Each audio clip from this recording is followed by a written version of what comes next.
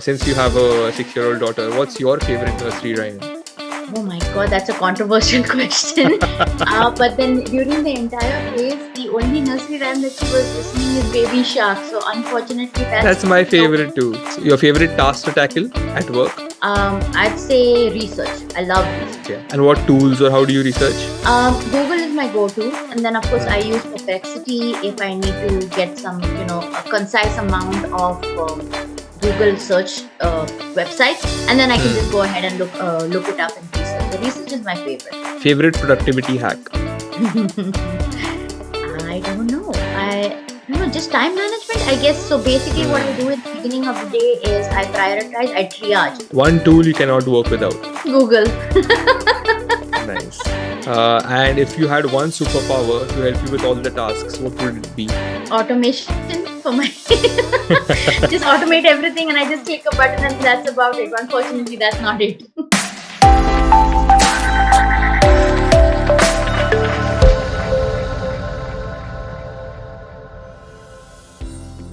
Hi guys, welcome to the Business and Remote Work podcast brought to you by Visha. I'm your host Crispino, and today we're joined by our online business manager Tanya Almeida. So welcome to the show, Tanya. It's great to have you here with us. Thanks for having me, Crispino. So how does it feel, Tanya, coming on the Business and Remote Work podcast? It's amazing actually to come on the podcast. So I'm going to have fun right now. So let's see how it goes. Absolutely. We're going to have some fun. All right, cool. So to begin with, could you start off by telling all our viewers and listeners a bit about yourself and what you do here at Visha? Okay. So like Crispino said, I'm Tanya Almeida. I'm an online business manager here at Visha. And that's about it actually. I work with whatever my client does, and it's a fun journey. Nice. How long have you been with Visha now? It's close to 8 months. Close to 8 months. Nice. And what were you doing before Visha? Can you tell us a bit about your experience prior to joining Visha? Yeah, definitely. So I was in the corporate for a while, and then I took a maternity break for about 2 years. And once I was coming back from maternity break, I decided that, hey, why not look for something work from home, because I wanted a work-life balance. So I decided to look for something like that. And it took me a while, but then Visha popped up, and here I am, and that's exactly what I was looking for. Nice. You said you took a maternity break. So how old is your kid now? So if I say maternity break, technically I still worked while my daughter was 3 and 4. So I used the maternity break once she had to start getting into the schools.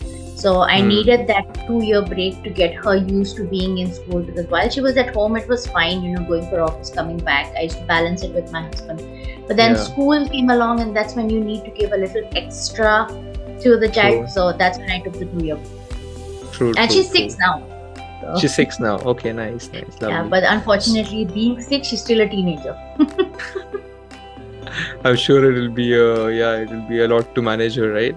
Yeah, it takes a lot. I think being a virtual assistant is much more easier than handling a child. Okay, so you said you were in corporate before this. So like what kind of role did you do when you were in corporate? I started off in client management in calls. I used to handle escalated calls, so I was an escalation supervisor. And then I shifted on to the back office once my baby was born, and I worked in the back office operations, handled a couple of special projects while I was in the corporate. And then lockdown happened, and that was work from home experience 101, and I loved it actually. Unfortunately, it was 14 hours a day and left me more stressed out than I hoped for, or rather somehow it just didn't balance. So as soon as lockdown ended, I decided to just stop it. I couldn't take it. I wouldn't be able to balance it with family as well as put 13 hours a day. Most of the time we travel all the way to office and then put 13 hours a day. And since they have given us the laptop, work back at home. So no, that was not working. So I just needed to quit. Wow, that sounds hectic, yeah.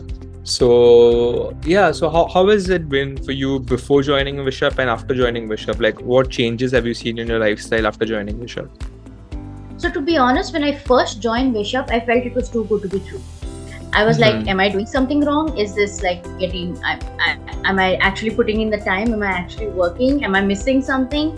So I had a couple of one-on-ones. Training was fun, of course, but then I had a couple of one-on-ones with my manager, and I asked him, "Am I doing things right? I mean, I'm only working 8 hours. Are you sure I'm supposed to do this? What if the client has more requests?" And they're like, "No, that's it. If you need 8 hours, that's it. 8 hours. Don't do anything more than that." And it allowed me so much more free time to spend with family. And I was like, okay, I don't know what to do with myself. Things that I gave up on, like reading or, spending time in the garden or just being alone, calm down time. I had a lot of time, and it's awesome, actually. That's amazing. But tell me about your shift timing. So you do work in EST and PST time zones. So how do you manage working at night as compared to working in the day? So my client travels. So with the relationship that I've developed with my client, I manage my times with her. So if I'm doing the night shifts, which I would say is 70% of the time, depending on if she's in the US at the time. If I'm doing the night shifts, then my daughter gets up in the morning. So my shift extends. I take a couple of hours a nap, send her off to school, nap off again, and then go ahead and pick her up because the school is quite close by. I made the arrangements that way. And and that's the balance. Then if it moves to day, it still doesn't matter because my client is pretty flexible. She lets me know that I'm communicative with her, so I let her know that I just need an hour or so just to go and get her back. She's like, cool, go ahead, do it, and then match the shift. If they're asking for 8 hours, just give them the 8 hours that you want and balance it out, and it's pretty smooth. I'm blessed with that kind of a client, of course.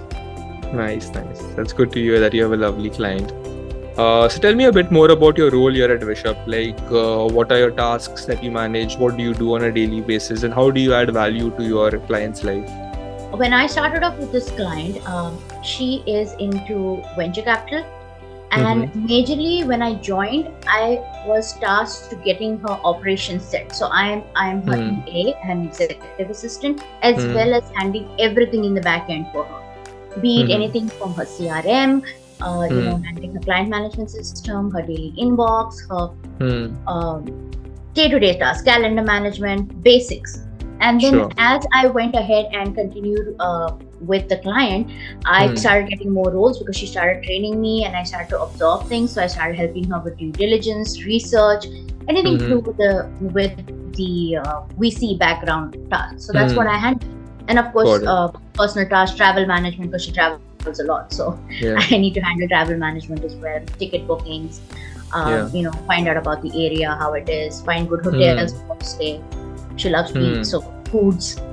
That stuff. Sounds interesting. So this was all, you could say, new to you. So how did you learn all these tasks and how did you kind of manage to ace them for your client? I have an attitude that says, don't give up. Or rather, pick up the pace. You have to learn. If you don't learn, you're stuck. So I have to learn. And if I wanted to be good at it, I needed to learn and never give up attitude. Of course, in the beginning, apart from the 8 hours lock-in, I did put in the extra time for me to learn so that I would be good at what I do. I don't come from a virtual assistant background. However, if I needed to ace this, I needed to learn. And I put in the time and effort, and once I figured it out, it came easy after that. Nice. It's amazing. Yeah, I think right now, given today's landscape of the work scenario and also of the technologies that keep coming in, you need to be a good learner. You need to be open to learning, otherwise you'll fall behind. Absolutely. Yeah. So tell me, I mean, it might be getting lonely for you staying up at night, working late hours. So how do you ensure that you remain productive throughout your shift? So I'm lucky that my husband does nights as well. Okay. That's nice. So that's the hack.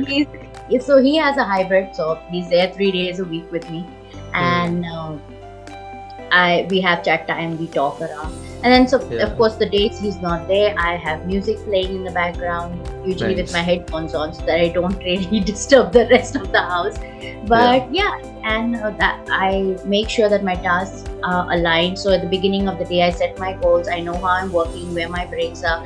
So it's a little bit of a carryover from the corporate culture, learn how to manage your time and breaks, especially if you're someone who's been taking calls, you need to know your breaks. So it's benefited me over here as well. So I know how to balance my timing. And nights is good because it's quiet and I can concentrate and deliver my task. Days is a little bit wonky because you have 150 different people trying to get your I'm attention. sure. But that's how I manage my time, and then the rest of the day is just free after that. Just shut the laptop off and you're done. Nice. So Tanya, tell me a bit more about your future aspirations and your career goals here at Bishop. To be honest, I have not thought of it because I'm just having fun right now. Let's just say that while I was That's important. In a couple of months, I was like, okay, what next? But then with here, the amount of learnings that you get, it's like you can't ask what next because you never know what next is coming the next day. It's always new. It's not, I'm learning. Of course, during my training period, I learned entirely different new things that I've never learned before. Okay? And then with this client, every day is new. She drops new tasks at me, and she has this mentality of, you learn through trial by fire. So she drops you in the fire, figure it out. And she's always there to lend a helping hand. But then that's how I've learned. And I have really not thought of what I would do next because I'm learning so much. Of course, I would love to grow. That's inherently in everyone's. You want to grow. You don't want to stick to just being what you are. Of course, I have the option to grow within my client's organization, maybe move somewhere in Bishop. I'll talk to my manager about it, but let's see how it goes. Nice. I think you have the right attitude. You have the learner's attitude. And I think you have the excitement that it needs to become a good virtual assistant. And to be honest, I've interviewed a lot of people and it doesn't seem like you've just been 8 months into the system. It seems like you've been doing this for over 3 to 5 years now. Oh, that's good. Good to know. Yeah. So Tanya, if suppose there are any aspiring virtual assistants out there, what would be your message to them? Well, you need to understand as a virtual assistant, you are your client's right hand man or woman. You literally, so most of the clients here at Bishop base is that they have their businesses. So as a mother, I think of them that these businesses are their babies and they want them to be taken care of. And they expect you to be an extension of themselves. So as you need to take the onus. What they need from you is to take the onus and be their right hand. It may take you a while to get to that point. However, once you are and they are so caught up with you, learn. That's it. Learn. Just learn and have an open attitude and have that commandery attitude with your client. And that way it actually works well. That's all I say about it. Learn and learn. That's about it. That's it. Yeah. I think that's your go-to mantra, and it's been successful so far. Yes. So amazing, Tanya. I mean, thank you so much for your time. It was really fun and exciting chatting with you today, and I hope you had fun as well. I loved it. Thank you so much for having me. Yeah, and no, so there's still one more part left of the interview. That's a rapid fire round. So here I'll be asking you a bunch of questions to which you have to answer quickly, all right? Okay. Done. So let's get started. Go ahead. All right, cool. So first question. Since you have a 6-year-old daughter, what's your favorite nursery rhyme? Oh my God, that's a controversial question. But then during the entire phase, the only nursery rhyme that she was listening is Baby Shark. So unfortunately, that's my favorite too. That's the only one that is registered with me, Baby Shark. It's got a good tune to it as well, right? Yeah. It's a very addictive tune. It doesn't get out of your head easily. Nice. Your favorite task to tackle? At work or generally? At work. I'd say research. I love research. Okay. And what tools or how do you research? Google is my go-to, and then of course I use Perplexity if I need to get some, a concise amount of Google search websites, and then I can just go ahead and look it up and research. So research is my favorite. That also is a carryover from the corporate where research was my base. Yes.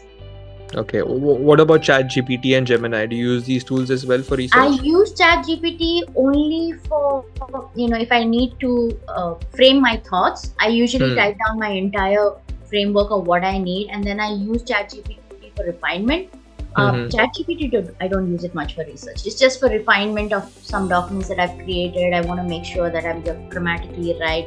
Grammarly also is another tool that I use. So yeah, it helps. Got it. Favorite productivity hack? I don't know. I don't know. Just time management, I guess. So basically, what I do at the beginning of the day is I prioritize. I triage basically. Start of the day, priority 1, priority 2, priority 3, ad hocs in the middle where they can be slotted. I triage at the beginning of the day. That's about it. Amazing. One tool you cannot work without? Google. Nice. Yeah. And if you had one superpower to help you with all the tasks, what would it be? Automation for my just automate everything and I just click a button and that's about it. Unfortunately, that's not it. Nice. Great answers, Tanya. Thank you so much for that. That was amazing. Alright, Tanya. So I know you have a shift to start, so I'll not make you wait for a longer time. So thank you so much once again for joining us today on the show. It was great having you here with us. Thanks, Crispino, for having me. Have a great day. You too. Thank you.